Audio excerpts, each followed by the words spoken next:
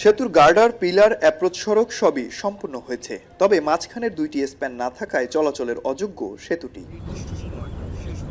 বরিশাল বাকেরগঞ্জের চরাদি ও দুধল ইউনিয়নে বয়ে চলা রাঙামাটি নদী পারাপারে 2018 সালে নির্মাণ শুরু হয় 2540 ফুট দীর্ঘ গোমা সেতু।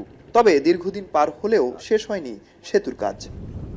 সঠিক পরিকল্পনা, প্রকল্প তৈরি, অনুমোদন সহ নানা কারণে দেশের উন্নয়ন প্রকল্পগুলোর বেশিরভাগ কাজ শেষ হয় না নির্দিষ্ট সময়ের মধ্যে, যার ফলে বছরের পর বছর ঝুলে থাকে প্রকল্পগুলোর কাজ, বাড়ে ব্যয় ও প্রকল্পের মেয়াদ। এই যেমন রাঙামাটি নদীর উপর গোমা সেতু ব্যয় বর্ধিত হলেও নির্দিষ্ট সময়ের মধ্যে কাজ সম্পন্ন করে চালু করা যায়নি সেতুটি, যার দুর্ভোগ পোহাতে হচ্ছে এ অঞ্চলের প্রায় কয়েক লাখ মানুষকে।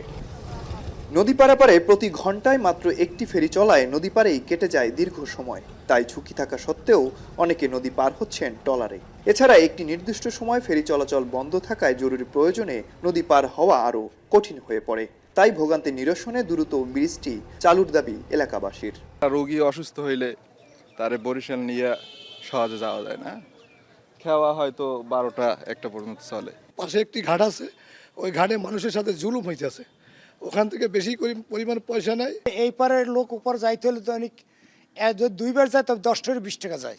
ওপার ফেরি থাকলে 1 ঘন্টা এপার বসে থাকা লাগে, আর যদি ব্রিজ হইতো তাহলে তো আর 1 ঘন্টা অপেক্ষা করা লাগতো না, 2-4 মিনিট ওপার পার হয়ে যাওয়া যাইত। ব্রিজটা হচ্ছে যে আমাদের প্রাণের দাবি যে এই ব্রিজটা অতি সত্বর চালু হোক।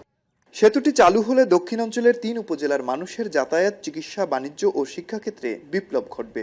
সড়ক ও জনপদ বিভাগ বলছে নির্ধারিত সময়ের মধ্যে সেতুর নির্মাণ কাজ 44 ভাগ সম্পন্ন হয়। তবে সেতুর উচ্চতা নিয়ে বিআইডব্লিউটিএ আপত্তি তোলায় সেতুর নির্মাণ কাজ বন্ধ হয়ে যায়। কর্তৃপক্ষ বলছে সেতুটির বাকি অংশে স্টিল ফ্রেমের স্প্যান বসানো হবে, যার কাজ চলমান। এখন নতুন করে সমীক্ষা করা হচ্ছে, গবেষণা করা হচ্ছে। এটি কবে নাগাদ মানুষের সুফল ভোগ করবে সেটি কিন্তু আমরা জানি না। এটি আমার মনে হয় যে খতিয়ে দেখা উচিত। নদীর ক্লাসিফিকেশন চেঞ্জ হওয়ার কারণে তার ডিজাইন সংশোধন করার প্রয়োজন পড়েছে বারংবার। তো আমাদের ডিজাইন কারেকশন হওয়ার পরে সাথেও আমাদের সাথে যে প্রবলেমটা ছিল, এখানে ল্যান্ড অ্যাকুইজিশন সংক্রান্ত একটা জটিলতা ছিল। আমরা আশা করছি যে আগামী মে মাসের মধ্যে এর উপর দিয়ে গাড়ি পার করতে পারবো এবং জুন 25-এর মধ্যে ইনশাআল্লাহ প্রকল্প সমাপ্ত হবে। প্রায় 60 কোটি টাকা ব্যয় ধরে গোমা সেতুর কাজ শুরু হলেও সর্বশেষ সংশোধিত প্রকল্পে ব্যয় বেড়ে দাঁড়িয়েছে 92 কোটি টাকা। সব ঠিক থাকলে চলতি বছরেই যান চলাচল উন্মুক্ত করা হবে গোমা সেতুর। অমিত হাসান, এখন, বরিশাল।